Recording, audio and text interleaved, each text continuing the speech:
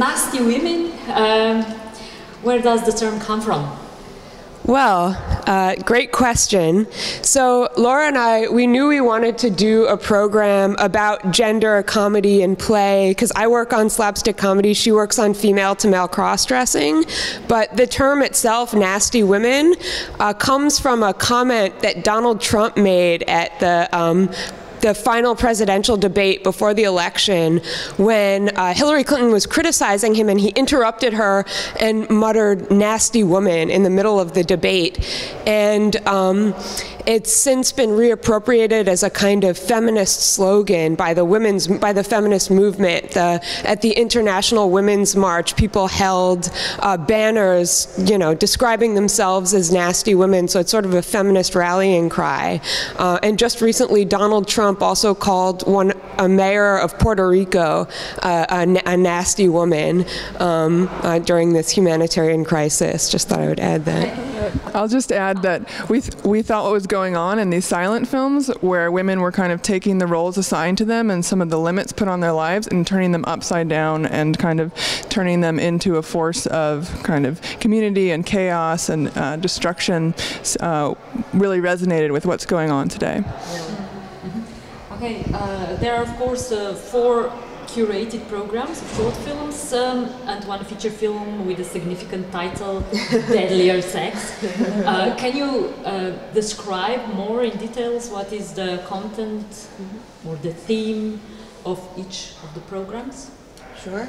Should I start? Yeah. So the first program is called Catastrophe in the Kitchen, and it's about women sort of breaking free from the domestic sphere, right? The women are supposed to stay in the home, men go hold office and public life. So in one of the first films, a housemaid gets out of the kitchen by exploding her body out of the chimney in the finish of Bridget. In other films, women are supposed to do the cooking. Well, what if their cooking is a little bit nasty? A housewife's cooking gives all the men food poisoning, and she's almost arrested for manslaughter.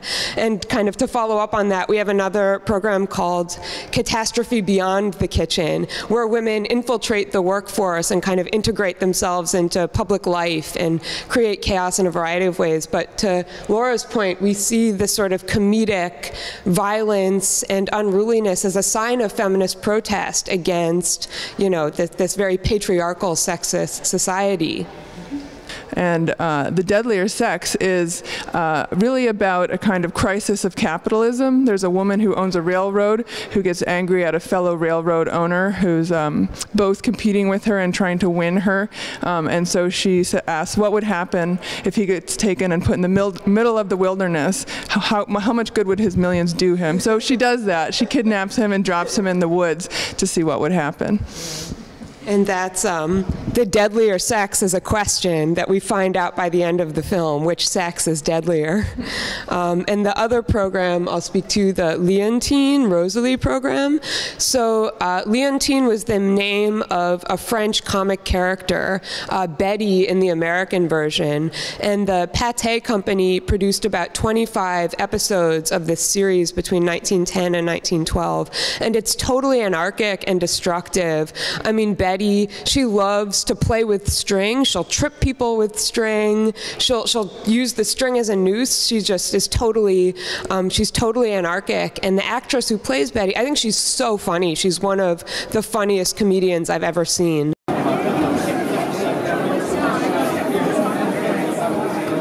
How do you see the importance, of their work in the first decades of the 20th century?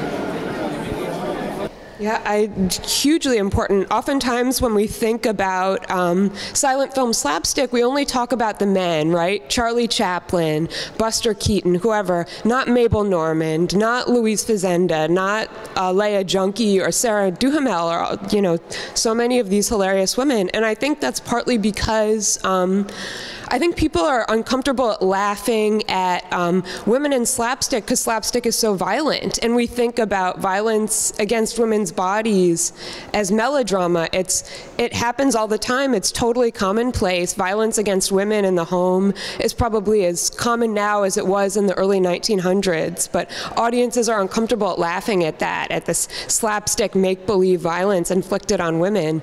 But it is funny, and it's a way, comedy is a way of dealing with social problems. So I think it's important that we, acknowledge women in this genre and think about why we're laughing at them or why we're uncomfortable laughing with them in this context.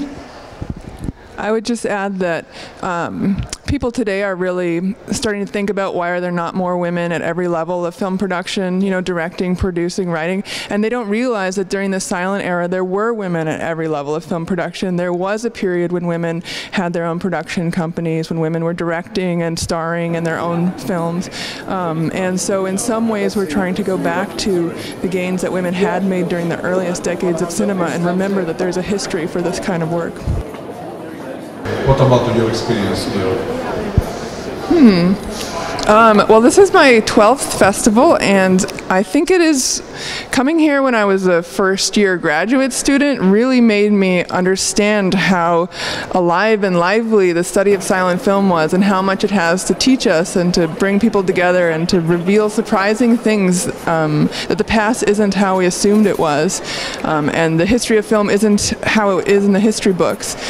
So this festival, I think every year I've learned so much, and I'm really excited to sort of now play a part of that as a curator. Yeah, absolutely. I'm not sure how many Portenones. I started coming in 2011. 7th, that sounds right. But it's just the best time every year. It's one of the highlights, if not the highlight of my year. The people here are so passionate about cinema and so interested in these film histories, and I always see something here that just changes my thinking. It changes my research. I got the idea for my book project on slapstick comediennes and silent cinema coming to this festival and seeing some of the films that Alif Rangan-Kainaki at the Eye curates. And yeah, it's just a tremendous community. The same people coming back every year. It's really special. Okay. Do you want to say something else? Oh yeah. Send out the call. So 2 of the nasty women comediennes we've programmed this year, there's a character named Leontine who had her own program just dedicated to her films yesterday, Monday morning, and another character, Cune. These actresses who played these characters are still unidentified. A number of archivists, researchers, including myself and Laura, we've tried to figure out who they are. So if you know anything about this character, Leontine Betty in the American version, please get in touch with us with any information you might have. And we do hope to curate some more of her films next year.